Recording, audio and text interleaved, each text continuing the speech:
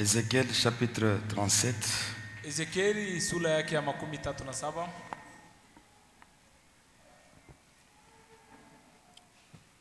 Verset 1. Mstari wa kwanza. La main de l'Éternel fut sur moi et l'Éternel me transporta par son esprit.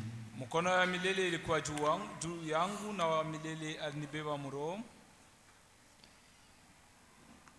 Et me déposa dans les milieux d'une vallée remplie d'ossements. Na kunipeleka mahali ambapo mulikuwa bonde yenye kujaa na mifupa. Il me fit passer auprès d'eux tout autour, et voici, ils étaient fort nombreux à la surface de la vallée, et ils étaient complètement secs. Akanipitisha kando kando yayo karibu na tazama ilikuwa ya mingi na ilikuwa yenye kujaa mule mbonde na yote ilikuwa yenye kukaukiriria kabisa. Il me dit, akanyambia, fils de l'homme, mwana wa mtu, ces os pourront-ils revivre? Je, hii mifupa inaweza ikaishi? Je répondis, Seigneur éternel, tu le sais. Nikajibu, Jehova wa milele unajua. Il me dit, prophétise sur ces os et dis-leur. Akanyambia, tabiri yule ya hii mifupa na uyambie. Ossements desséchés, nini mifupa mikavu, écoutez la parole de l'Éternel. Sikieni sauti ya wa milele. Ainsi parle le Seigneur. Hivi Bwana anasema, l'Éternel a ses os. Jehova kwa hii mifupa. Voici, je vais faire entrer en vous un esprit et vous vivrez. Tazama taingisha ndani yenu pumzi na mtaishi. Je vous donnerai des nerfs. Je ferai croître sur vous de la chair. Je vous couvrirai de peau. Je mettrai en vous un esprit. Et vous vivrez.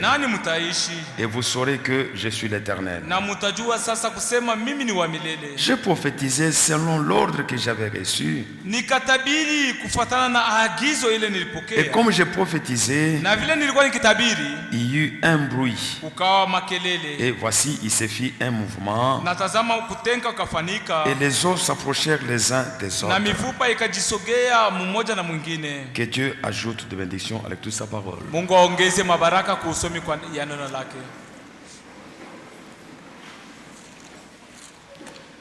Nous parlons sur le réveil.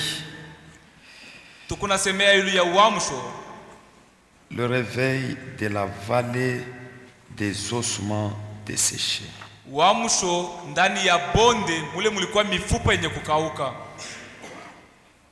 C'est une écriture qui parle bien sûr d'Israël. Mais Dieu, à travers cela, il ressort aussi ce qu'il est en train de faire maintenant dans l'église.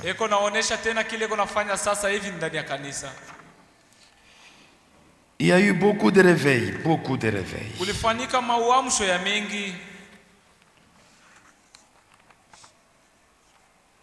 Comme le frère Franck le dit dans Christ et son église, dans la prophétie,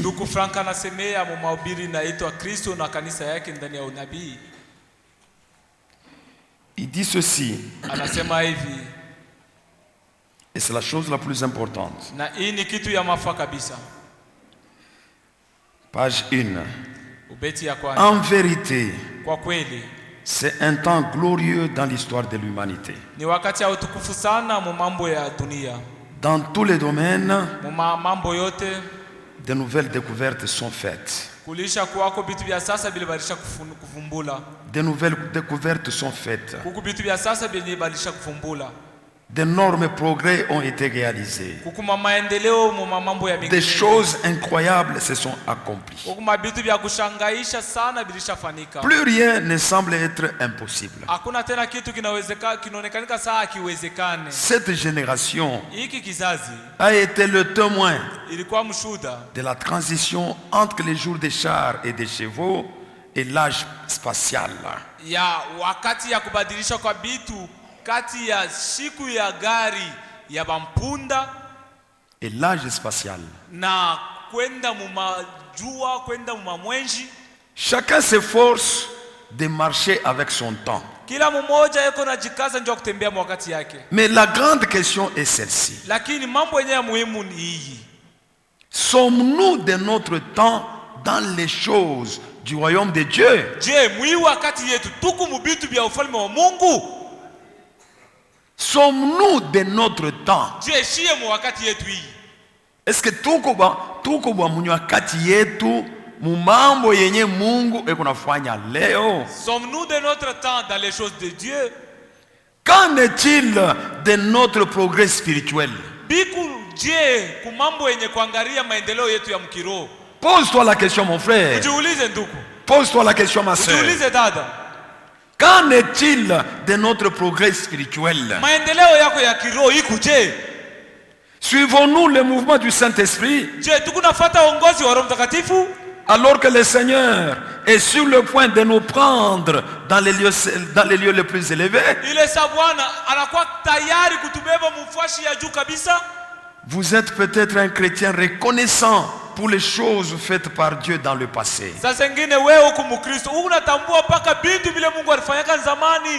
Mais la question vitale est celle-ci. Réalisez-vous ce que fait maintenant le Saint-Esprit? Alors qu'il conduit l'épouse de Christ vers la perfection.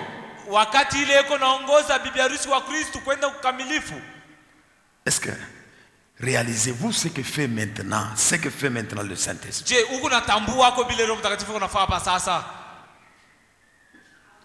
Nous devons malheureusement dire que malgré ces glorieux commencements de l'Église, à ta ville, les choses charnelles se glissèrent graduellement dans le royaume des rachetés.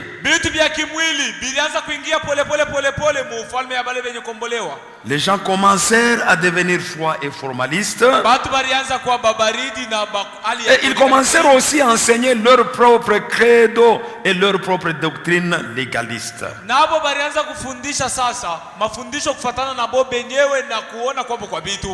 Ainsi de suite. Dans les temps passés, les réveils successifs balayant les nations apportèrent des temps de rafraîchissement de la part du Seigneur.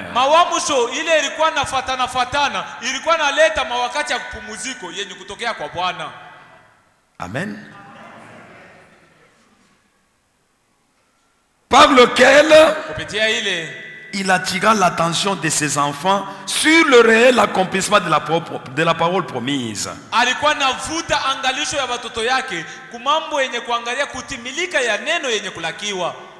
Je continue, je suis en train de sauter. Page 6. Page 5. Nous avons maintenant atteint les tout derniers jours de la restauration complète de l'église du Dieu vivant. Nous avons maintenant atteint les tout derniers jours de la restauration complète de l'église du Dieu vivant. Comme cela a été promis dans Joël 2:25. Et il est aussi écrit dans Actes des Apôtres, Jésus-Christ que le ciel doit recevoir jusqu'au temps du rétablissement de toutes choses dont Dieu a parlé anciennement par la bouche de ses saints prophètes. Jésus-Christ reviendra chercher une épouse complètement et rétabli dans sa parole.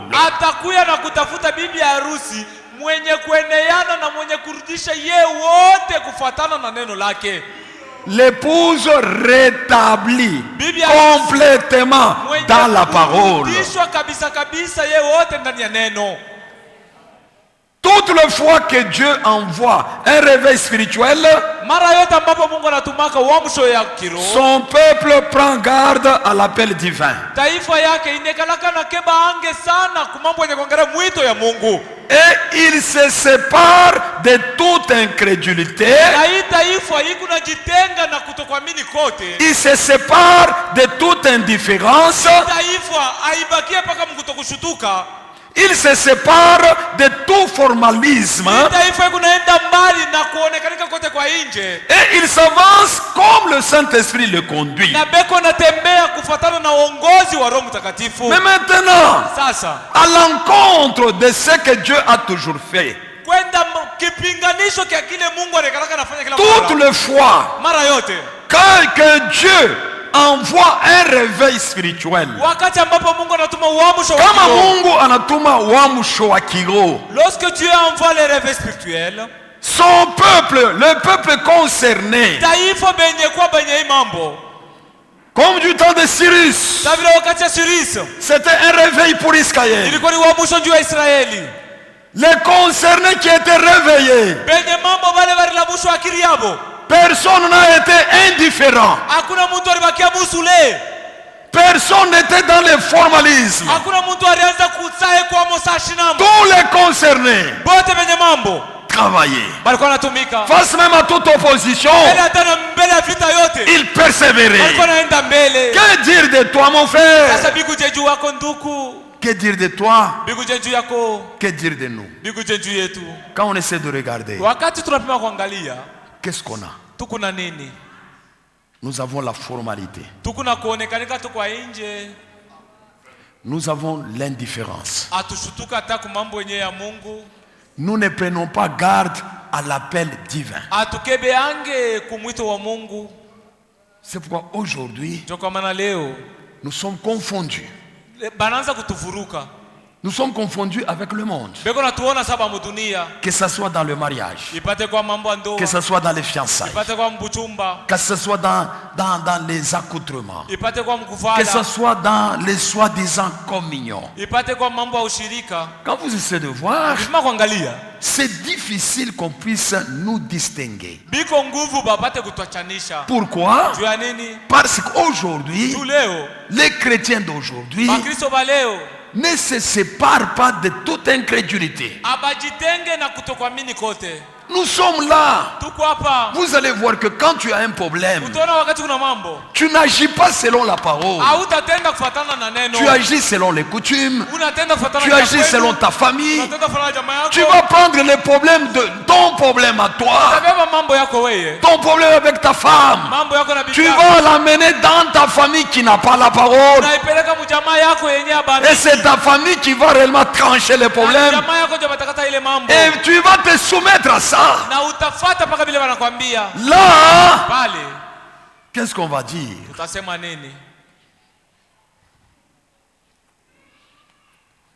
Toutes les fois que Dieu envoie un réveil spirituel, son peuple prend garde à l'appel divin.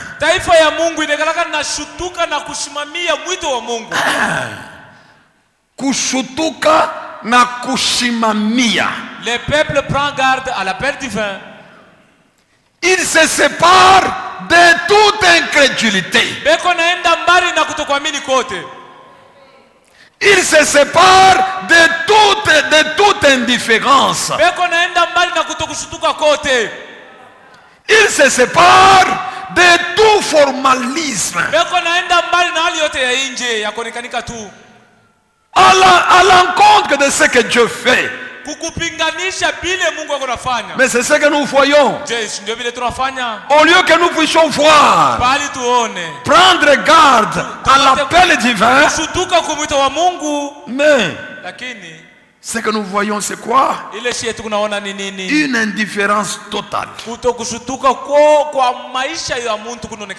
Qu'est-ce que nous voyons? C'est toujours la forme, c'est le formalisme.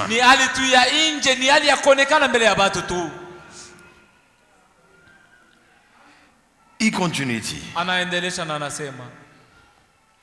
Nous entendons souvent parler de Christ et de l'Église. Mais où est-il trouvé tel que la Bible nous le présente?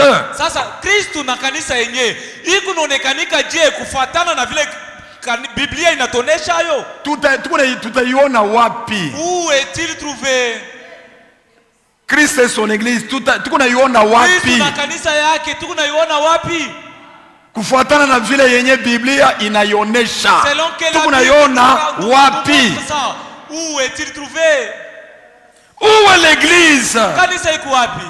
Tel que l'écriture l'a décrit. Kufuatana na vile andiko iko inaonesha hali ya kanisa. Chaque dénomination chrétienne kila dhehebu ya Kikristo ne prétend-elle pas être l'église? sibeko najiita kusema ni kanisa. Tout le monde prétend être l'église. Mais où est l'église, la véritable église? Où est-ce qu'elle est? Toutes ces activités religieuses, kuimba, kuomba, toutes ces activités religieuses ne sont-elles pas imputées au nom de Jésus-Christ? Chacun proclame être dans les justes,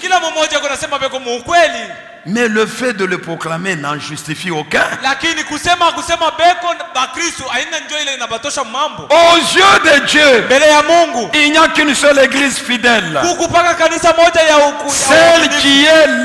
celle qui est la demeure du Très-Haut, la maison de Dieu, qui est l'église du Dieu vivant, la colonne et l'appui de la vérité. Il y a seulement une foi, un seul Seigneur, un seul baptême. Tous les membres du corps de Christ sont joints ensemble, les uns aux autres et avec Christ. Nous ne voyons pas ça. C'est ainsi que nous parlons du réveil.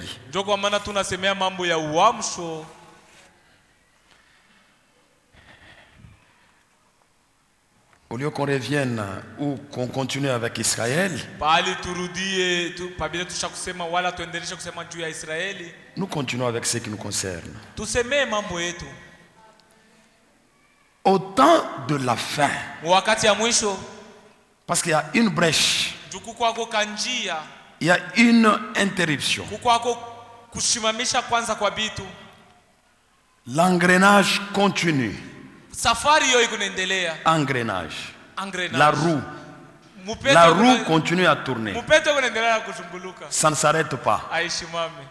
Dieu était en train de travailler avec Israël. La roue continue à tourner. Du moment où il y a eu l'interruption, la roue ne s'est pas arrêtée. La roue continue à tourner. Ça prend maintenant un autre peuple.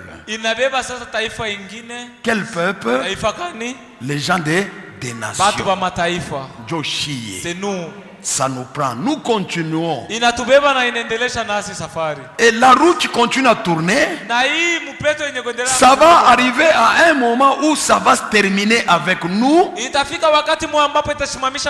pour continuer encore avec Israël.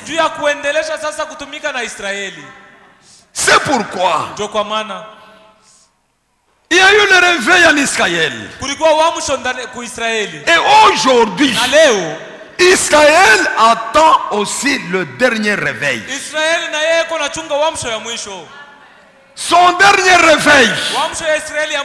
Je dis bien son dernier réveil. Ça se fera. C'est après que le réveil des gens des nations se termine. Amen.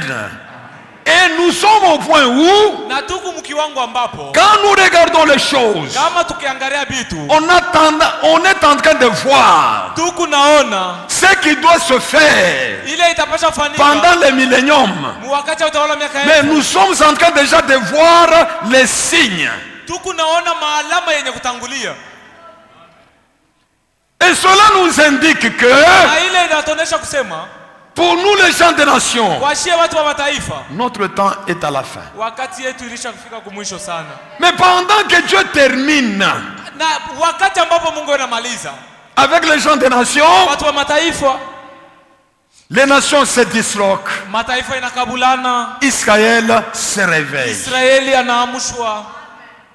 Pendant que Dieu est en train de terminer avec l'église des gens des nations, cependant la majorité des gens de l'église, ils ne prennent pas garde à l'appel divin. La majorité des gens qui se disent qui sont dans ce réveil, quand nous les regardons comment ils vivent, leur vie se pleine d'incrédulité. Bien mingi vile dada tukunafanya. Beaucoup de choses que nous faisons bien mingi vile ndugu tukunafanya. Beaucoup de choses que nous faisons. Abihakikishia kusema Mungu anesha kuturudisha musauti yake ya moyo ya kweli. Ne prouve pas que Dieu. Bien mingi tukunafanya biko kipindupindu na volonté ya Mungu. Bon nombre de choses que nous sommes en train de faire, c'est à l'encontre avec la volonté divine. Alors que, il est ça, frères et sœurs, comme nous avions lu, Jésus-Christ reviendra chercher une épouse complètement rétablie dans sa parole. Atakuya kutafuta bibi harusi mwenye kurudishwa kabisa kabisa ndani ya neno lake. Israël devrait être rétabli. Israël alipasha kurekebishwa dans son pays. Mwinchi yake. Et il devrait reconstruire. Na alipasha kujengulula. Amen. L'église aussi, kanisa nayo, à la fin du temps de la grâce, mwisho wakati ya neema, elle est rétablie. Inarudishwa. Rétablie où? Inarudishwa wapi? Rétablie dans la parole de Dieu. Ndani ya neno ya Mungu. Rétablie dans la volonté de Dieu. Inarudishwa mapenzi ya Mungu. Et Jésus-Christ, il vient prendre l'épouse, une église totalement rétablie dans la parole. Eko nakuya kubeba bibi harusi, kanisa yenye kurudishwa kabisa kabisa ndani ya neno. Mais cependant, lakini japo indifférence, kutokushutuka, formalisme, hali ya kuonekana tu, une vie justifiant l'incrédulité. Maisha ile ikunaonesha roho mgumu. Alors que dirions-nous? Tutasema nini basi? Tu t'es endormi? Ushakulala? Oui. Ndiyo. On est chalala. Tu t'es endormi. On n'a pas besoin d'un autre ministère pour réveiller. Atuko lazima na huduma ingine njuu ya kuamsha. Le réveil est là. Le réveil continue. Mais c'est toi qui s'endors. C'est pourquoi la Bible dit, réveille-toi, toi qui dors. Donc l'état de beaucoup de chrétiens aujourd'hui,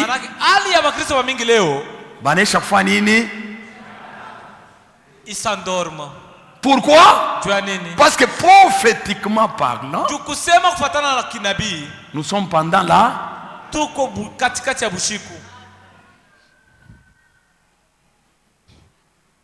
bien. Le frottoir est où? Nous sommes pendant et c'est pendant la nuit que les gens dorment. Ainsi, nous lisons maintenant.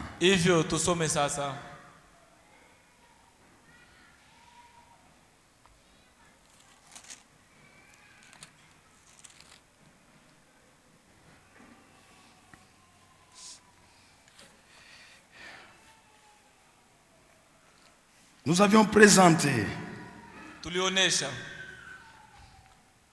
la statue ou le rêve de Nebuchadnezzar,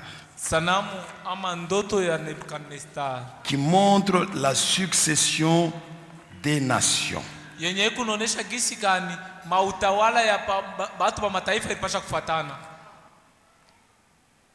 Matthieu chapitre 20. Mais retenez Ce qu'on avait lu dans Osée, je ne veux pas tellement insister sur ça. Ile tulisoma mkitabu ya Osea, sipende sana kukazisha ile ya ile. Venez, retournons à l'Éternel. Kujeni na turudie kwa milele. Car il a déchiré, Kwani aliumiza, mais il nous guérira. na atatutunza. Il a frappé, Aliapiza, mais il bandera nos plaies. lakini atafunga bilonda yetu. Il nous rendra la vie dans 2 jours. Ataturudishia bujima mu miaka mashiku mbili. Le 3e jour, Siku ya tatu il nous relèvera atatuamusha et nous vivrons devant lui. na tutaishi mbele yake. Quand est-ce que Dieu relève de la chute la tente de David? Ni wakati kani Mungu atalamusha toka kuanguka nyumba ya Daudi? C'est dans le millénium, Ni mkutawala wa miaka 1000 qui est considéré comme 3e jour. iliyo yenye kuonekanishwa kama vile siku ya tatu. Un jour devant le Seigneur égale 1000 ans. Siku moja mbele ya Bwana inaonesha miaka 1000. Et la brèche qui s'est ouverte, Na hii wakati yenye ilianzishwa, brèche qui s'est ouverte pour nous les gens des nations. hii wakati ilianzishwa njoo ya watu wa mataifa. Wakati inafunguliwa. Le temps qui est ouverte. La brèche qui s'est ouverte pour nous les gens des nations, c'est une grâce qui nous est accordée pour 2 jours. C'est une grâce qui nous est accordée pour 2 jours. Le 3e jour. Amen. Le 3e jour, Dieu doit relever. Dieu doit relever de la chute la tente de David. C'est là que nous avions lu dans Romains chapitre 11. Parce que parfois vous pouvez prier mais vous ne comprenez pas. Mais dans les 2 jours qui nous est accordé, c'est ça le temps de grâce que Dieu nous donne. Après ce temps, c'est un problème d'Israël. Matthieu chapitre 20. On commence par le verset 1. Car le royaume des cieux est semblable à un maître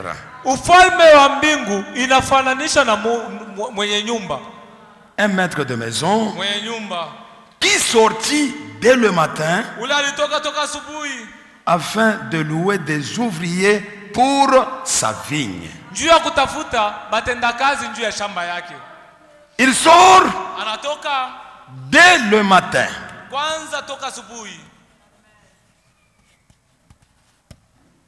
Il est sorti dès le matin. Aritoka. Il est sorti dès le matin. Pour louer des ouvriers pour sa vigne. Il convint avec eux d'un denier par jour. Et il les envoya à sa vigne. Verset 3. Il sortit vers la 3e heure. 3e heure.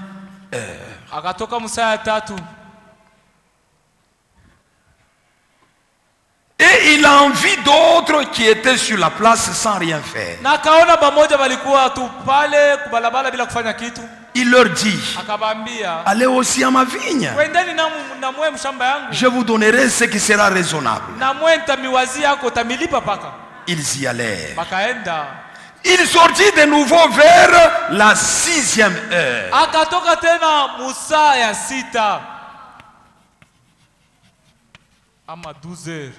Il sortit encore vers la 6e heure. Et vers la 9e heure.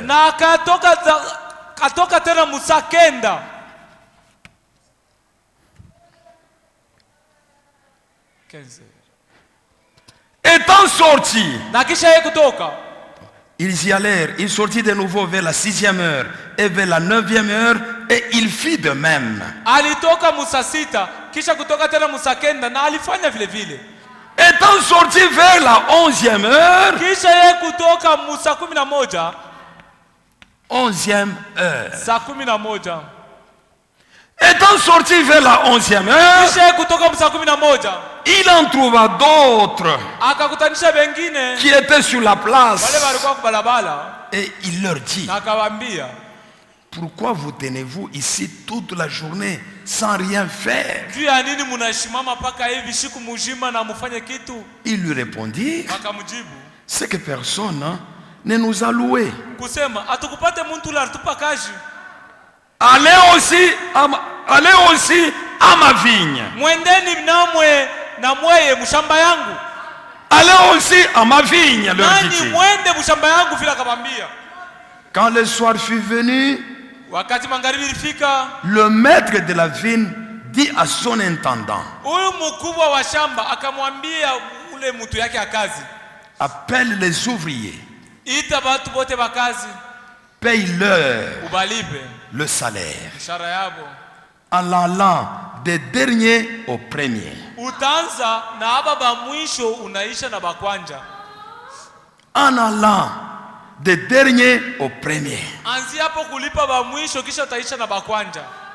Ceux de la 11e heure vinrent, reçurent chacun un denier.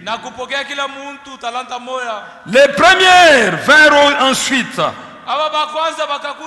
croyant recevoir davantage, mais ils reçurent aussi chacun un denier. En le recevant, ils murmurèrent contre le maître de la maison. Et ils dirent, ces derniers n'ont travaillé qu'une heure. Bamwisho aba batenda kazi bamwisho, les derniers ouvriers, ils n'ont travaillé qu'une heure. Tu les traites à l'égal de nous. Nous qui avons supporté la fatigue du jour et la chaleur. Il répondit à l'un d'eux, mon ami, je ne te fais pas tort. Je ne te fais pas tort. N'as-tu pas convenu avec moi d'un denier? Prends ce qui te revient. Va-t'en. Je veux donner à ces derniers autant qu'à toi. Ne m'est-il pas permis de faire de mon bien ce que je veux? Ou vois-tu d'un mauvais œil que je sois bon?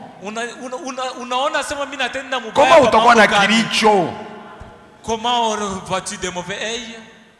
Ainsi, les derniers seront les premiers, et les premiers seront les derniers. Qui comprend cette parabole?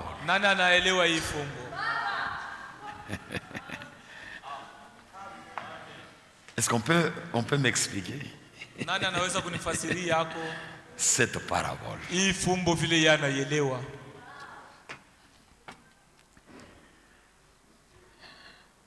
Bien. Il sortit dès le matin. À la première heure. C'était 6 heures. 6 heures du matin. Pour louer les ouvriers, afin que les ouvriers travaillent à sa vigne, travaillent pour sa vigne.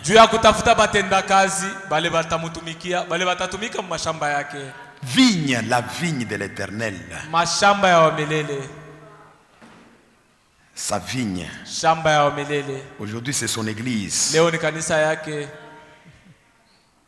Après avoir travaillé avec ceux du matin, après avoir travaillé avec ceux du matin, il sort à la 3e heure. Il loue encore des ouvriers. 3e heure, c'est 9 heures du matin. Ce sont des réveils.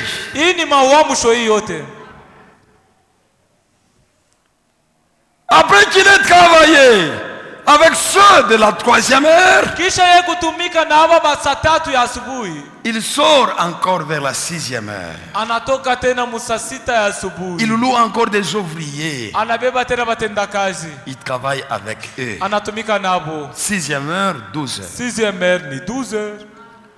Après qu'il ait travaillé avec ceux de la 6e heure, Kisha kutumika na wale saa il sort encore anatoka tena à la 9e heure. saa 9.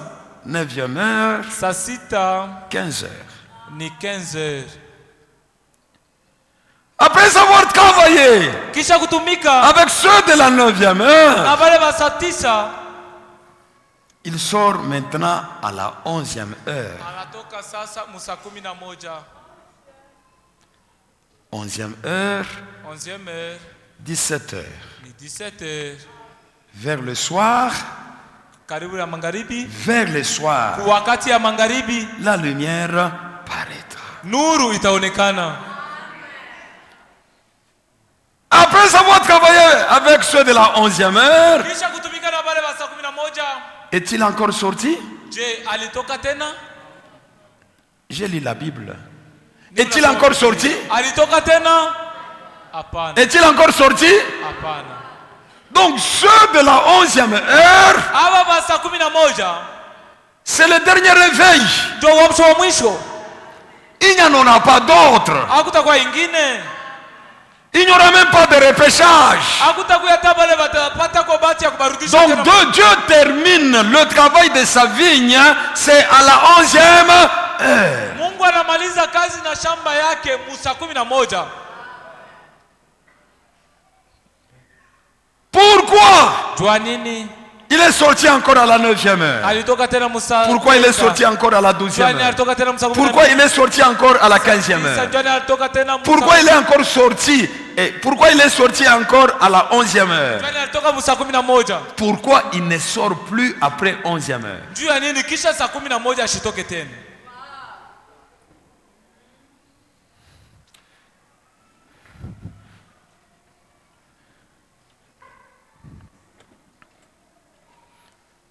Je fais ceci. Nafanya hivi.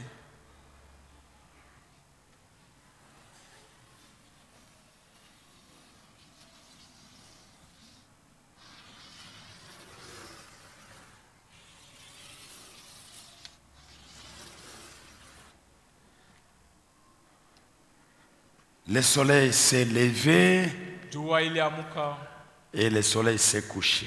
na jua ililala Et il va encore se lever. na itaamuka tena. Première heure, Saa 1 dès le matin. toka asubuhi. Première heure, Saa ya kwanza 6 heures. 6 heures.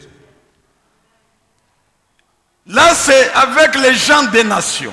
Hapa nina bantu wa mataifa. Le soleil de la grâce Jua ya neema s'est levé sur les gens de la nation. iliamuka yule watu wa mataifa. Amen. Et le soleil qui s'est levé le matin, Na ile jua iliamuka asubuhi, il se couche au soir. jua ile inalala jioni magharibi. Pour terminer avec les gens des nations. Juu ya kumaliza na batu wa mataifa. Amen. Et le matin, Na asubuhi il a loué un ouvrier alibeba ko batendakazi avec d'autres ouvriers. pamoja na bengine. Et l'ouvrier qu'il a pris, Huyu mtendakazi alibeba c'était Paul. jina yake Paulo. Il a pris Paul. Alibeba Paulo Et c'était en l'an 53. na ilikuwa ni mwaka 53. On va lier ça aussi avec Apocalypse. Tutaunganisha hii na Ufunuo. Et nous pouvons prendre ça, nous pouvons le retourner dans Matthieu 24. Tunaweza kubeba hii na kuirudisha kuionyesha kufuatana Mathayo 24. Et reprendre encore ça, le retourner dans les sceaux. Na kubeba sasa hii na kuipanga kufuatana na mihuri. Mais on n'a pas du temps. Wakati hatuna nayo. Il a pris Paul. Alibeba Paulo. Paulo avec Irénée, Martin, Colomban. Pamoja na Irene, Martin, Colomban. Martin, Irénée, Colomban, c'était des disciples de Paul. Balikuya ni bafazi ba Paulo. Pendant qu'eux travaillaient, wakati bo balikuwa natumika, c'était difficile que le diable puisse entrer. Shetani apate kuingia. Parce que ils étaient caractérisés par l'esprit de lion. Balikuwa natambulishwa na roho ya simba. Et l'esprit de lion, na roho ya simba, ne supportait pas tout. Haikuwa navumilia vyovyote. C'est ainsi que de leur temps, c'était difficile que la fausse doctrine puisse entrer. Joko maana muwakati yabo ilikuwa nguvu mafundisho ya bongo ingie. Mais cependant, Paul avait averti. Ijapo Paulo alitangulia kalamusha. Il avait dit qu'après mon départ, alisema kisha kwenda kwangu, il se glissera au milieu de vous kutaingia katikati yenu des hommes batu dont leur condamnation a déjà été arrêtée depuis longtemps. Et ils vont s'introduire surnoisement des loups cruels qui n'épargneront pas le troupeau. Donc Dieu travaille pour sa vigne. Le diable travaille pour détruire la vigne. Dieu travaille pour ta guérison. Le diable travaille pour que tu sois maintenu dans la maladie. Dieu travaille pour ton salut. Le diable, lui, veut te maintenir dans le péché. C'est toujours la confrontation. Dieu veut que toi tu puisses aimer. Que tu puisses aimer tous les frères. Mais le diable, lui, travaillera pour que tu puisses toujours les haïr. C'est toujours comme ça. C'est quoi tel qu'on est là? Ma soeur, tu peux être agent du diable sans le savoir. Mais il faut que tu le saches. Il faut que tu saches que ce que tu fais là, tu ne le fais pas pour Dieu. Tu es en train de le faire pour le diable.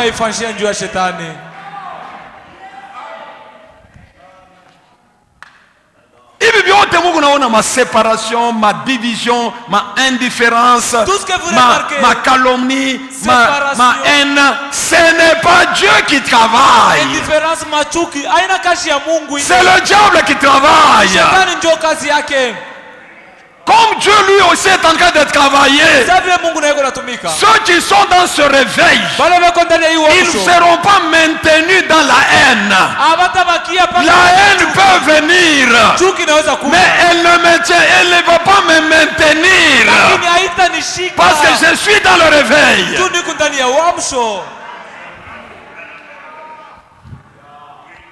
Sawa muntu en tant qu'humain, sawa muntu en tant qu'humain, kachuki kanaweza kunibamba, mais je peux avoir mais maisha yangu haina ya chuki. Mais ma vie sera pas la vie de haine. Siwezi kuikala na chuki miaka na miaka. Je ne demeurerai jamais des années avec la haine. Niendelee pana kukuchukia. Que je continue toujours à t'haïr. Et puis je puisse dire j'ai cru le message. C'est faux. Si tu es dans le réveil, la haine ne va pas rester. Chuki haitadumu ndani yako.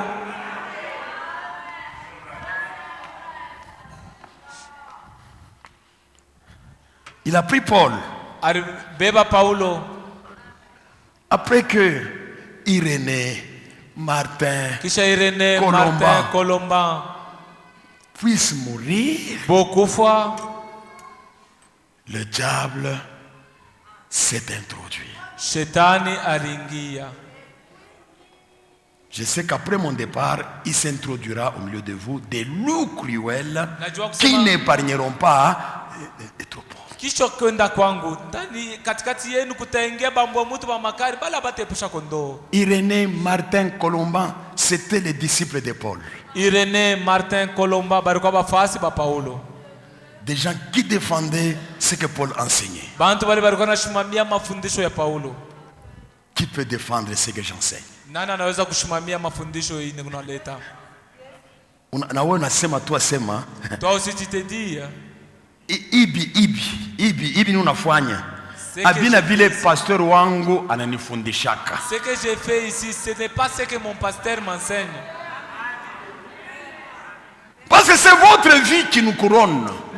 Ni maisha yenu ndio taji yetu. Dada, wakati Mungu nafanyakana. Ma sœur, lorsque vous vivez n'importe comment. Mimi kuna pita. Abata ni shonta na kilole. On ne va pas beko na ni shonta na milomo. Avec les doigts, c'est avec les lèvres comme droite. Unaona? Pasteur wabo yeule. Bale walikuwa wanachambulana pale. Pasteur wabo yeule. Cho pasteur wabo. C'est lui le pasteur. Yako sérieux? Mais apparemment il a l'air sérieux. Muntu wa bien. C'est un homme bien. Anikalaka bien na bantu bote. Il est bien avec tout le monde. Sasa koma ba mukanisa yake beko nafanya vya vile. Comment expliquer les gens de son église à juste ainsi? C'est ce que les gens disent. Ndio vile watu wanasemaka.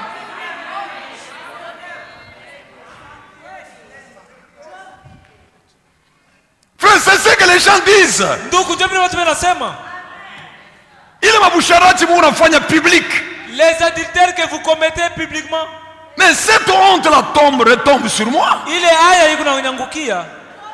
Cette honte là retombe sur l'église. Ile aya inangukia kanisa. C'est kama kuko dada. Unaona dada. Eko nafanya bintu biku napinganisha kenye Mungu anafanya leo.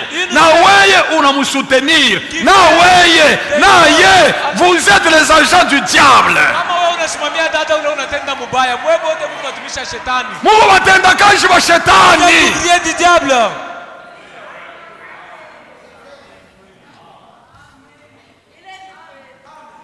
En tant qu'église. Sawa kanisa. Oui, ça peut arriver que tu somnoles. Inaweza kufika ubungile. Mais nous tous nous ne pouvons pas somnoler. Shepo hatuwezi kubungila. Kama kuna berger ashakulala bushingishi. Si vous avez un berger qui somnole. Munakufa mwe yabo. Vous tous vous mourrez déjà. Vous êtes déjà morts. Berger ashakulala. Un berger qui dort. Si munakufa. N'est-ce pas vous êtes déjà morts? Mutenda wapi? Où irez-vous? Mutabaja kwa ce tabernacle. Munakufa. Un tabernacle de nom étant déjà mort. Mais comment kuku bengi maisha kulamuka, beko benye kulamuka. Mais si quand je trouve que tu commences à somnoler, je viendrai te secouer. Mais maintenant toi ma soeur, le Saint-Esprit te secoue. Ça te secoue avec l'évangile. Mais tu continues toujours. Donc en toi il y a la mort. En toi il n'y a pas la vie, il y a la mort.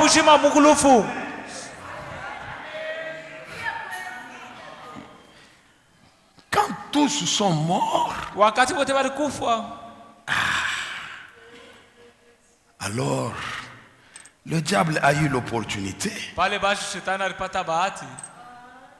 Il a introduit pour maintenant faire ce qu'il devrait faire. Et là, il y a eu la première organisation. La première organisation, c'est quelle organisation? Le catholicisme.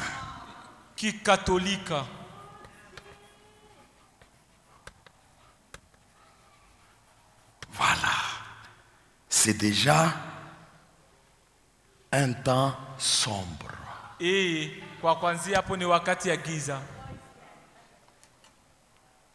Binanguka. Cela est tombé.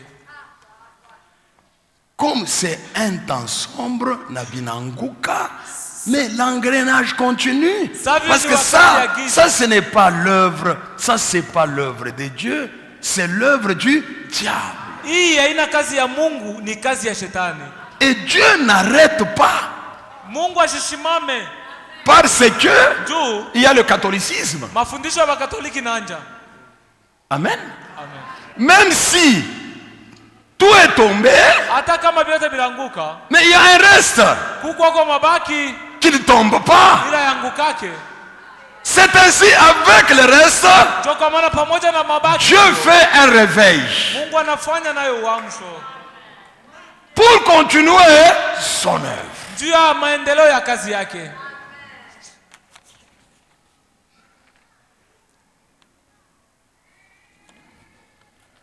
Amen.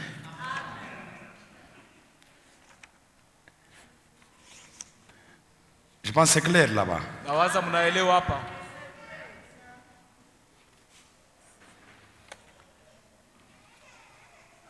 On va lire après. Tutasoma kisha.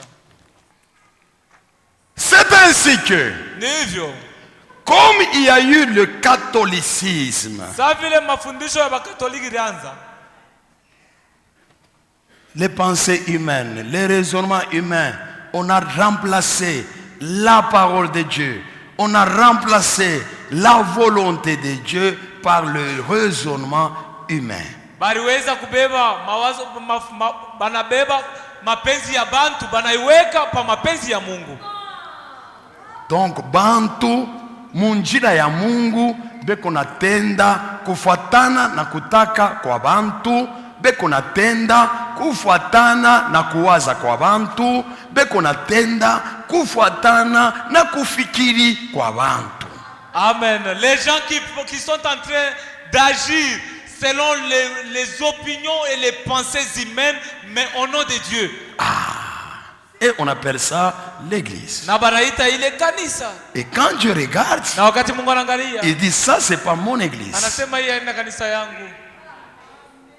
Ça c'est pas mon église. Hii haina kanisa yangu. C'est ainsi que, Ndio kwa hivyo, comme l'œuvre continue, sasa vile kazi kunaendelea, on peut dire, tunaweza kusema pour la première fois, kwa mara ya kwanza l'église tombe. kanisa inaanguka. N'est-ce pas? Mais Dieu ne tombe pas. Mungu ashanguke. Comme Dieu n'a pas fini de travailler, Ile Mungu ashikumaliza kazi. Dieu continue à travailler. Mungu anaendelea na C'est kutumika. ainsi que Kwa hivyo, il est sorti maintenant à la 9e heure alitoka sasa saa 9 pour prendre encore d'autres ouvriers. ya kubeba tena batenda kazi bengine. Et à la 9e heure, il sort. Na saa 9 anatoka. Il prend qui? Anabeba nani? Il a trouvé sur la place publique. Alikutanisha baba. Il a trouvé quelqu'un, Alikutanisha un homme mtu. du nom de Luther. Jina yake Luterio. Il demande à Luther, Anamuuliza Luterio. mais qu'est-ce que tu es en train de faire ici? Bwana unafanya nini hapa? Mais Luther dit, il n'y a personne qui m'a loué. Moi je suis disposé. Il n'y a personne qui m'a loué. C'est ainsi que il a pris Luther pour faire un réveil. Et c'est quel réveil? Un réveil de réformation. À kutengeneza. Réformer. Un réveil de réformation. Il a pris Luther à la 9e heure.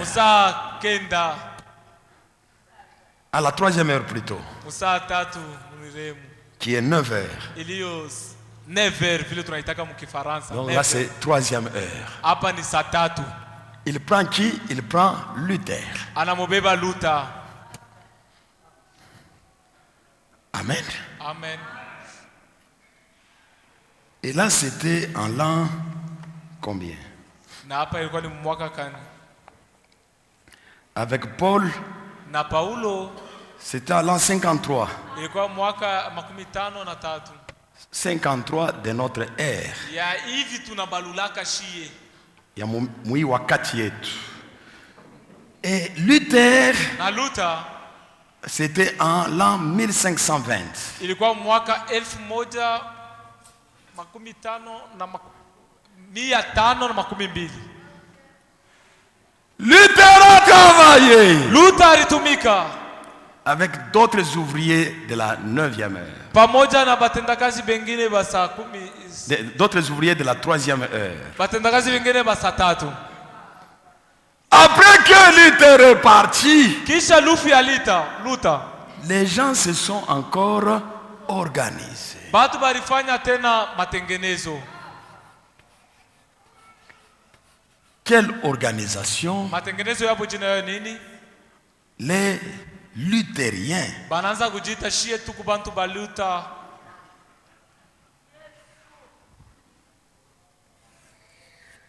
Les luthériens. Bale tunaita leo ba Lutherien.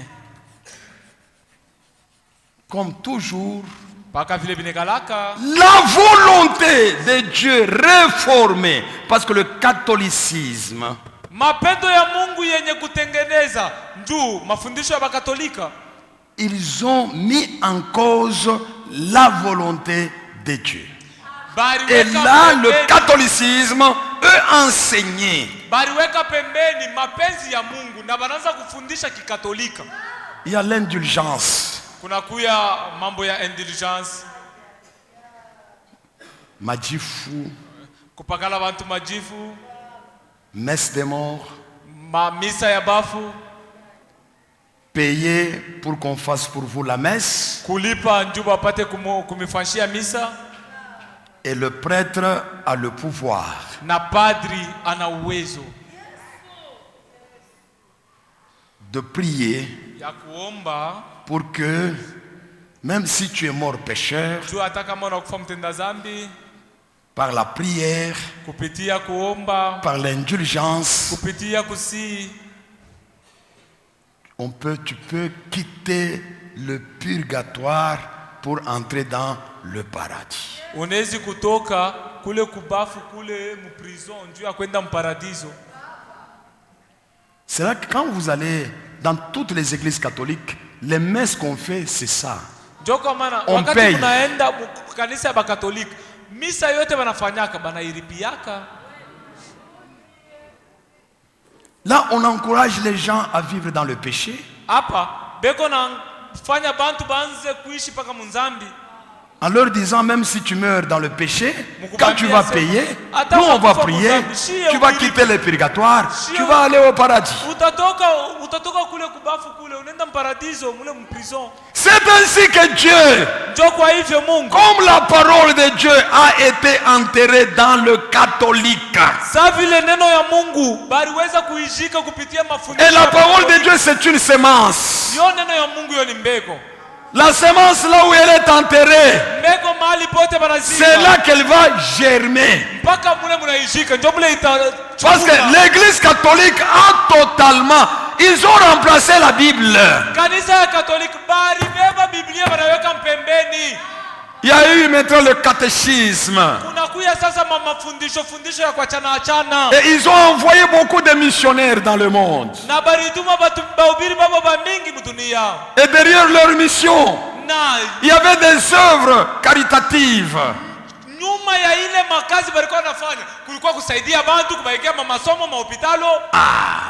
Alors que Dieu n'a pas envoyé les disciples pour construire les écoles. Construire les écoles, c'est pas mauvais. Même nous, en tant qu'église, tel qu'on est là, et nous pouvons avoir une école. Mais l'objectif est différent. Les catholiques, eux construisent, eux font toutes ces choses, c'est pour avoir des adeptes. On ne peut pas avoir les disciples de Jésus-Christ à travers les œuvres caritatives. Les disciples de Jésus, nous les avons, c'est à travers la prédication de l'évangile. Dieu ne nous a pas demandé d'aider. Non. Aider fait partir pratiquement des œuvres de la foi. Nitendo ya imani. Est-ce que vous comprenez?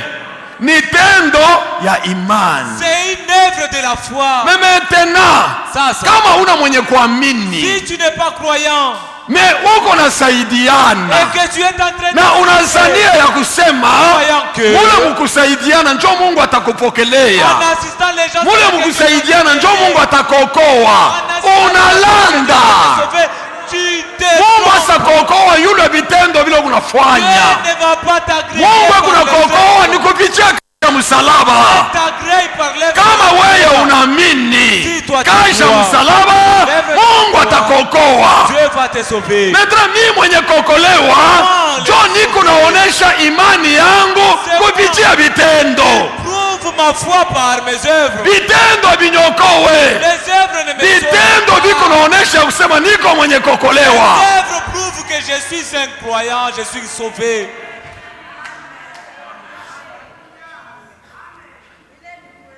Et c'est ça l'aveuglement. Et quand vous essayez de voir l'église catholique, c'est une église qui a beaucoup de fidèles. Iko na baminifu, hapana se bantu. Iko na baminifu wa mkatoliki beko ba mingi sana. L'église catholique regorge beaucoup de fidèles. Beaucoup de fidèles. Baminifu ba mingi sana. Alors Dieu a suscité Luther. Mungu alimulamusha Luther. Un monsieur l'abbé. Alikuwa ni padri. Il a écrit, moi je sais pas, 99 thèses. Aliandika sijui 99 thèses. Qu'il est allé pratiquement mettre devant la porte du Vatican. Il alienda kuweka mbele ya mlango ya Vatican.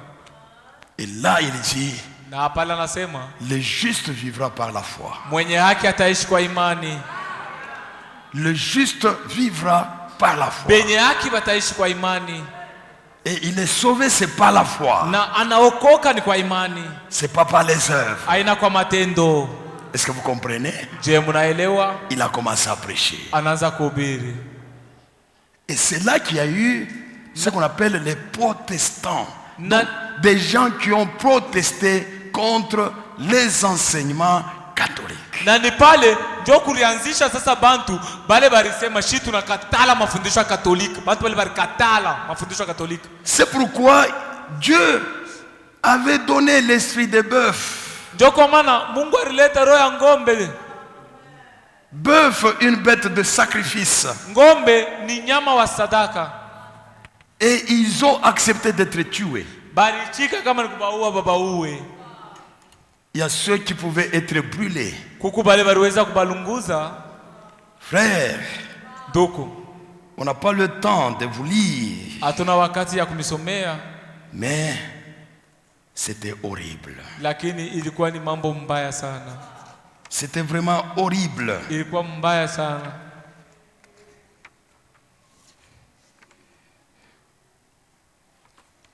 C'était la réforme. Ilikuwa ni kutengeneza kwa vitu. Et ça commençait quand? Na ilianza wakati gani? HD. Ilikuwa ni kizazi gani? Âge de Sardes. Kizazi kia Sardi. Irénée, Martin, Colomban, c'était pratiquement les disciples de Paul. Irénée, Martin, Colomban, balikuwa bafazi ba Paulo. Amen. Amen. Et pendant que eux étaient, Paul est mort, Irénée a pris la relève. Pour apprendre la relève, Dieu continuait son œuvre à travers Irénée. Comme aujourd'hui, Branham est mort. Ewald Frank est mort. Dieu ne s'est pas arrêté. Il n'y a pas de successeur de Branham. Il n'y a même pas de successeur de Ewald Frank. Il n'y en a pas. Ewald Frank n'était pas successeur de Branham. Dieu continuait son œuvre. Du moment où Dieu retire le serviteur fidèle et prudent. Mais la Bible, la commission était claire. Quel est ce serviteur fidèle et prudent que son maître a établi sur ses gens pour leur donner la nourriture au temps convenant. Quand les gens se posent des questions, je me dis, les gens ne disent pas. Donc les gens parlent le français, mais ils ne comprennent pas le français. La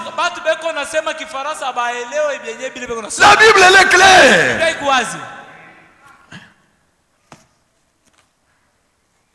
Je pense que nous, on avait fait une mise au point quand... Et là, vous aviez compris.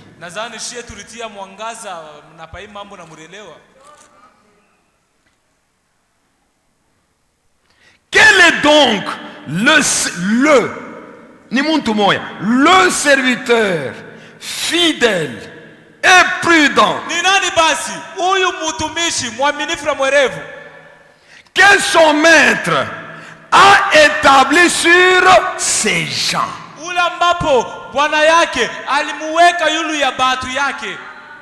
Pour leur donner la nourriture au temps convenable. C'est une question. C'est-à-dire, si vous trouvez ce serviteur fidèle et prudent, vous trouverez également ces gens. Mutapata. Kama munamupata ye, si vous trouvez ces serviteurs, mutapata na. Vous allez trouver aussi ces gens-là, c'est qui? Ce sont les Éphésiens 4. Mais maintenant, le ministère de Waldo Frank, premièrement d'abord, c'était un ministère destiné aux Éphésiens.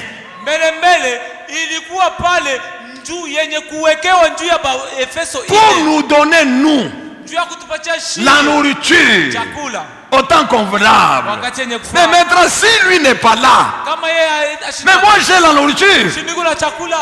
J'ai la nourriture parce que il m'a déjà donné la nourriture.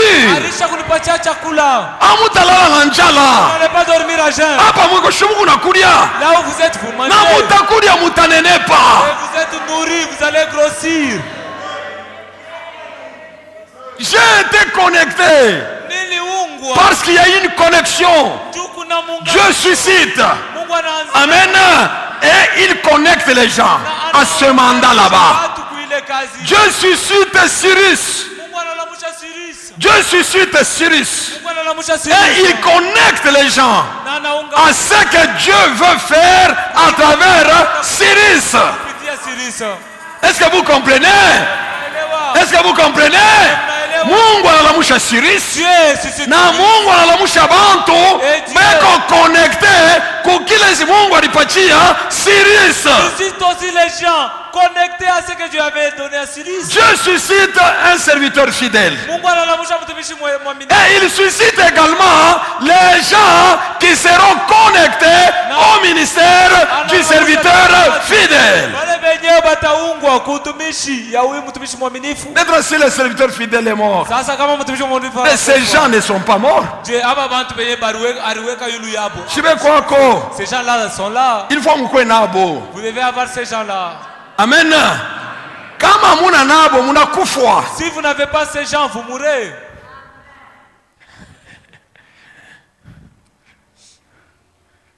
Tu as compris? Je ne sais pas comment est-ce que je peux te donner ça, mais je ne sais pas. Il n'y a pas moyen de te donner ça. C'est un problème d'être connecté. Bon, le temps.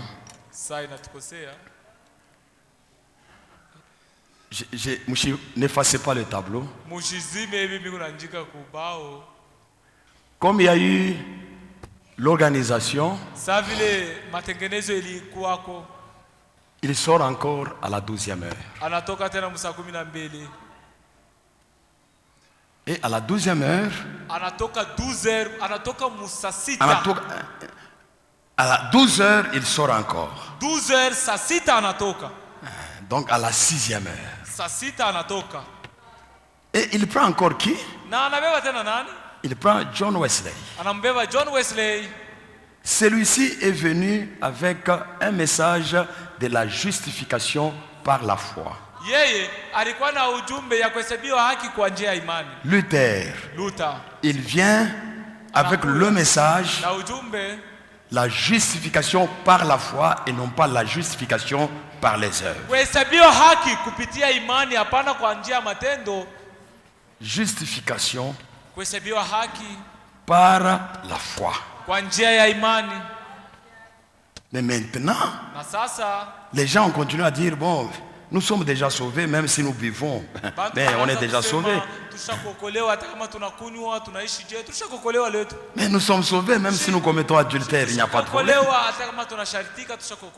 Nous sommes sauvés, même si nous critiquons, même si nous mentons. Là, on n'a pas vu maintenant la justification. On a vu maintenant le paganisme, la mondanité. C'est ainsi que Dieu a suscité maintenant John Wesley. Et c'était en 1750.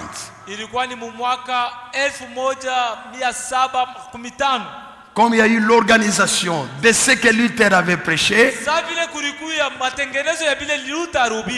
Dieu ne soutient pas l'organisation. Dieu suscite quelqu'un d'autre.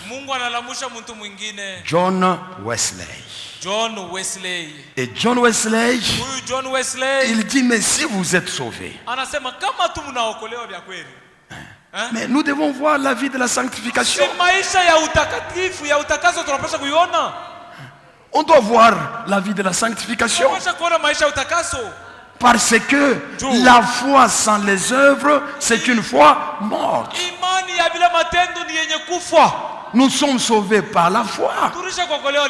Mais les œuvres de la foi qui justifient que nous sommes sauvés, c'est quoi? Mais c'est la sanctification. Soyez saints dans toute votre conduite.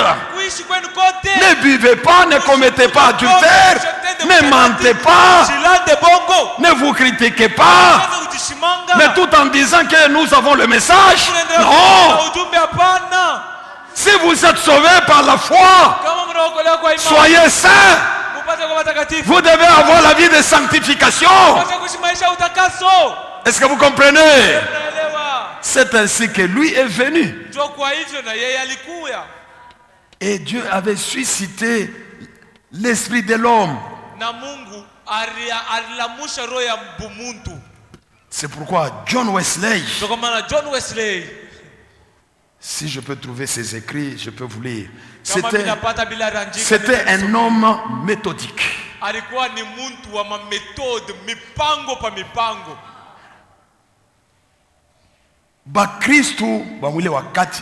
Les chrétiens de son temps, ils avaient leur méthode d'agir. Ils avaient leur façon, leur accoutrement, leur façon de se coiffer. Donc ils se sont imposés conformément à la volonté de Dieu. Ils se sont imposés une vie à vivre qui doit pratiquement glorifier Dieu. Un véritable croyant, c'est un homme qui a des interdits. Il a beaucoup d'abstinence.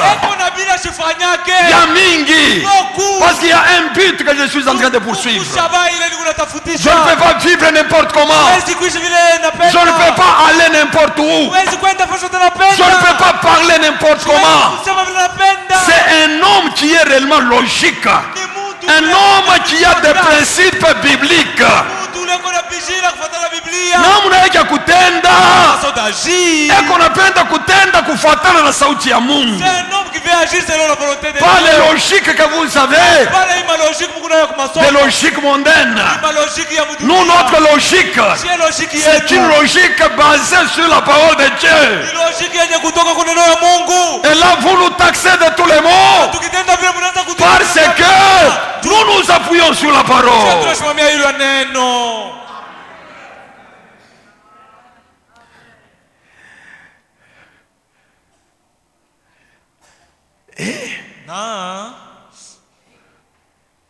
John Wesley, il était avec son frère Charles, ils ont travaillé. John Wesley alikuwa na ndugu yake Charles Bartumika. Nous allons lire tout cela. Donc l'âge luthérien est allé de 1520 à 1750. Kizazi ya Luther kilienda de 1520 à 1750. Il y avait des calvinistes, il y avait des hussites, dont on peut parler de Jean Hus. Il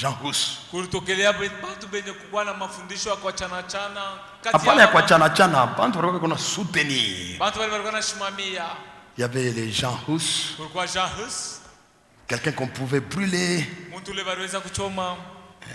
Il y avait pratiquement les puritains.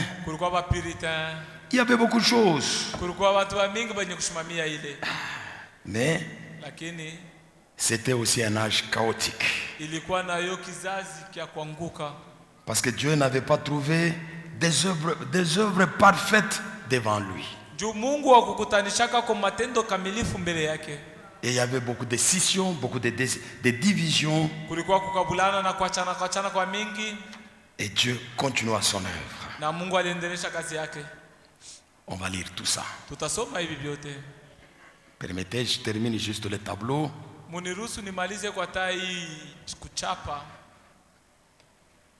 Pour que demain, si le Seigneur le permet, on puisse encore évoluer. Là, ils se sont encore organisés.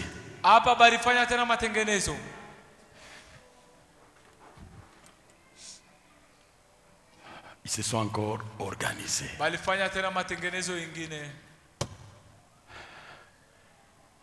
Et là, c'était des méthodistes. Méthodisme.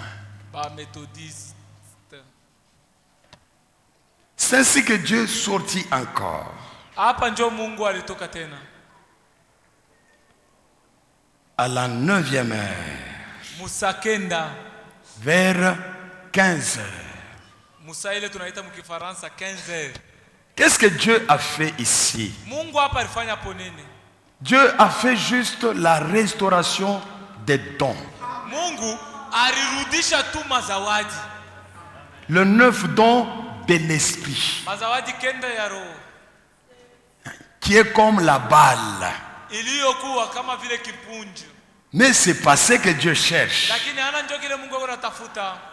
Dieu cherche la vie. Dieu a besoin de la graine. Dieu n'a pas besoin de la balle. La balle, c'est juste un support. C'est ainsi que il y a eu un réveil. Ce qu'on appelle le réveil d'Azusa. Jubilé d'Azusa. C'est le réveil d'Azusa. Un réveil pour la restauration des dons. Et c'était en 1900. Et là, on pouvait voir un peu la Pentecôte. Avec la restauration de dons. Et les gens se sont organisés. Dieu ne commence pas son église avec le parler en langue. Dieu ne commence pas son église avec la prophétie. Oh, Dieu m'a dit. Mungu alikuwa ananionyesha par la prophétie. Dieu m'a dit mimi napasha kuanza kanisa mimi. Dieu m'a dit que moi je dois commencer l'église. Mimi napasha kuanza kanisa kukabecha mimi. Je dois commencer une église à Kabecha, moi qui suis là. Dieu m'a donné la prophétie. Mungu alinipatia unabii ile, alinionyesha. Dieu m'a donné la vision. Mungu alinipatia ono. Ndugu yangu, comment moi bahubiri asema mhubiri? Comment toi tu t'appelles prédicateur, unafanya? Voyez comment vous embrouillez les gens. Unaona kisi gani mnafuruka watu? Kisha na wewe diacre. Toi aussi un diacre. Ça c'est l'hypocrisie ça. Hii ni bunafiki tu. Frère, j'ai pas besoin de me poser des questions sur ça. Hein, frère Enoch, tu m'as posé la question, n'est-ce pas? On n'en parle même pas ça. Nous, on continue à prêcher. C'est de l'hypocrisie. Hivi munekala pale. Ministre. Wanje utese Mungu ananipatia vision, Mungu ananipatia prophétie. Juu ya kwanza kanisa Mkabecha. Une prophétie pour commencer une église à Kabecha. Frère. Atawendo. Ni kutomboka huko. C'est de la rébellion. Et puis un diacre qui est dans le mandat. Ça c'est mépriser l'église. C'est mépriser l'église. C'est manque de révélation. C'est se moquer contre l'église. Donc c'est quelque chose qui ne faut même pas sur un sujet. En d'autres termes, toi qui fais ça, je te dis que tu m'as méprisé. Parce que par confiance sur base de la parole de Dieu, moi j'ai voté pour que tu sois mon diacre. Donc, j'ai l'impression que les gens ne comprennent pas. Nous vivons au temps de rétablissement. L'église, quand nous disons l'église telle que vous êtes là, le peuple de Dieu ne doit pas demeurer dans l'ignorance. Écoutez-moi mes frères et sœurs. L'ordre que le diable avait mis en cause dans le jardin d'Éden, cet ordre-là, c'est cet ordre que Dieu rétablit maintenant. C'est pourquoi au milieu de nous, il doit y avoir l'harmonie. Pas de sentiments hostiles les uns les autres. Ça, c'est pas le message. Le message ne nous enseigne pas d'avoir des sentiments hostiles. Le message ôte toute hypocrisie. Celui qui croit réellement le message, il ne sera jamais hypocrite. Je ne serai jamais hypocrite à ton égard. Mon oui c'est oui, mon non c'est non. Si je te dis mon frère, tu es mon frère. Je ne peux pas t'appeler aujourd'hui mon frère, demain tu deviens mon ennemi.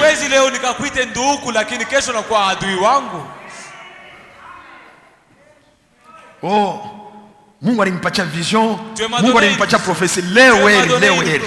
Mwanje matabernacle yule prophétie. Que vous commencez un tabernacle sur base d'une prophétie ou d'une vision.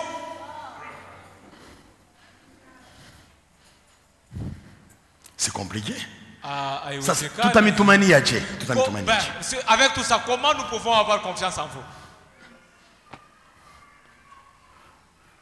Oh, le frère Albert ne collabore pas. Comment est-ce qu'on va collaborer? Parce que oh, ndugu Albert au moment où tunanjulula tena vile tulisemaka, hein? Parce que c'est ce que j'ai toujours fait. J'ai toujours pris un temps nakomesha bantu banakomea et puis tunaanza kumialigner. On commence à vous aligner. Ça, au moment où on commence à faire ça, munatomboka. Donc finalement, mubaya ni nani? Mubaya ni nani? Ba mingi banakuyaka banasema bahubiri. Tuko nabo. Nombreux qui viennent se déclarer ici prédicateurs. Est-ce que munashikia vile vile kunafanyika kule barishaenda? Est-ce que vous écoutez ce qui se passe là où? Est-ce que munashikia vile vile kunafanya kule barishaenda? Écoutez-vous. Oui. Muteke mashikio. Yenyewe kunafanya kule barishaenda bina vya vizuri. Là où ils sont déjà partis, ils n'agissent pas en bien.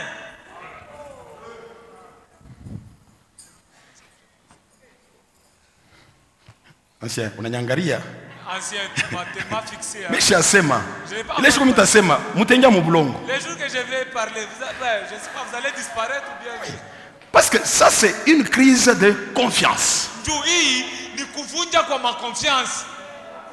Confiance sur base de frère. Atukuywane na weye mu mambo ya dunia.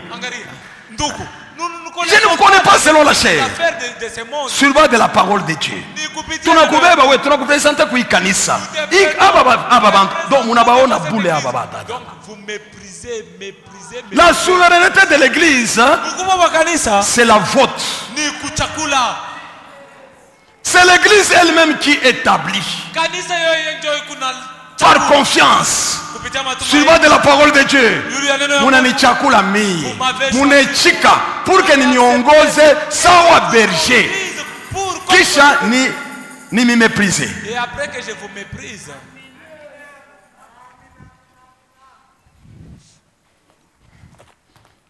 Kama Mungu na revelation ya mambo ya Mungu. Si vous avez la révélation des choses de Dieu. Utachunga sasa kama mandat inaisha. Tu vas attendre lorsque le mandat va finir. Maintenant tu présentes la chose. Ndio sasa unaonesha sasa kuona kwako kama unapenda kubiacha unabiacha. Mais tu es en plein mandat. Sasa wewe tu shemashi huku tunatumika wewe ndio kumkazi tushakupatia mandat. Unabiacha. Tu abandonnes. Nikusema ni kuzarau kanisa. Cela c'est un mépris envers l'église. J'ai fait mon devoir. Mimi nilifanya mapasho yangu. D'abord on me ment. Kia kwanza bananilanda. On vient me présenter une autre version alors que la chose c'est autre. Et quand on me dit, je regarde la personne, je lui dis, frère, sois sincère avec moi. Bananiambia mambo munamuna ingine ile sa mambo iko ingine. Naangalia ndugu namwambia ndugu, uniambie sois sincère avec moi. Uniambie waziwazi. Il fut un temps. Kulikuwa wakati moja. Tu es venu. Ulikuya. Tu as appuyé des prophéties. Et j'ai condamné, je t'ai dit frère, comment toi un diacre, tu peux appuyer des prophéties qui n'ont pas de fondement biblique.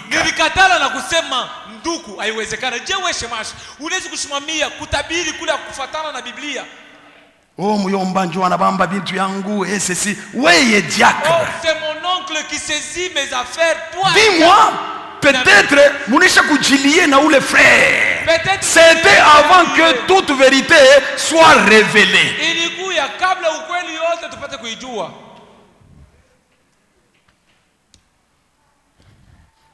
Maintenant quand la vérité est sortie, wakati ukweli inafika, j'appelle shukuye unyonyeshe sasa wazi.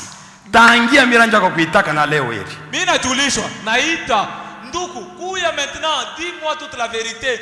Non, depuis que je l'appelais jusqu'alors il y a un silence des morts. Kalukuluku.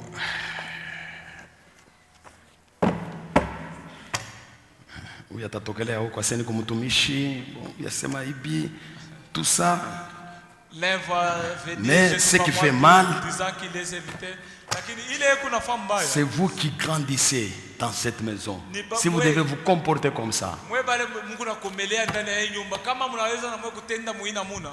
Munanja tabernacle sur la prophétie.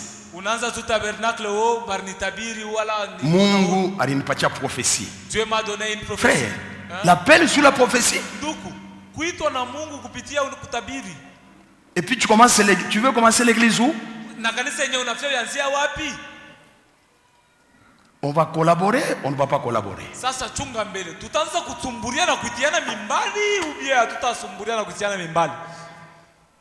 On n'a pas encore parlé. On laissera peut-être la manière que Dieu conduira les choses.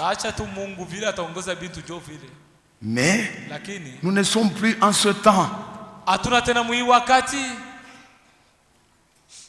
17h, 11e heure. 11e heure. Donc nous pouvons maintenant prendre cette courbe ici.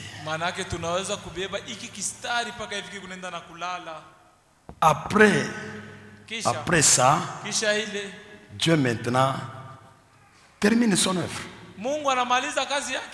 Et on a Dieu achève. Le message de ce message, il n'y aura jamais une organisation. De ce message, il ne sortira pas une dénomination. De ce message sortira l'épouse parole. Na Mungu eko namaliza mambo. Et Dieu achève son œuvre. Na ibi byote bilialabika ibi. Et tout ce qui était détruit, Mungu eko nabilurisha hapa. Dieu restaure ça à la fin ici. Amen. Hapa tutaona bantu beko natembea. Ici nous allons voir les gens marchant. Beko natembea na roho ya Mungu. Marchant avec l'esprit de Dieu. Na beko na biceps ya sauti ya Mungu. Et la parole de Dieu. Frère, ndio mambo Mungu eko nafanya hapa. C'est ça l'œuvre que Dieu est en train de faire maintenant. Pour le moment, c'est ça le plan de Dieu. Hii ndio mambo ya Mungu. Amen. On doit voir les gens qui qui agissent avec l'Esprit de Dieu. Tunapasha kuona batu bale bako natenda Parce que c'est un temps prophétique. Ce n'est pas un temps de réformation. haina tena wakati ya kutengeneza kwa bibi. Prophétise sur ces os. Tabiri yule ya hii mifupa. Nous vous prêchons et nous avons la parole prophétique. Kuna neno ya bunabii. Et là où il y a la parole prophétique, il y a la vie prophétique. Ne soyez pas dans l'ignorance. Mettons-nous debout. Notre Dieu, notre Père.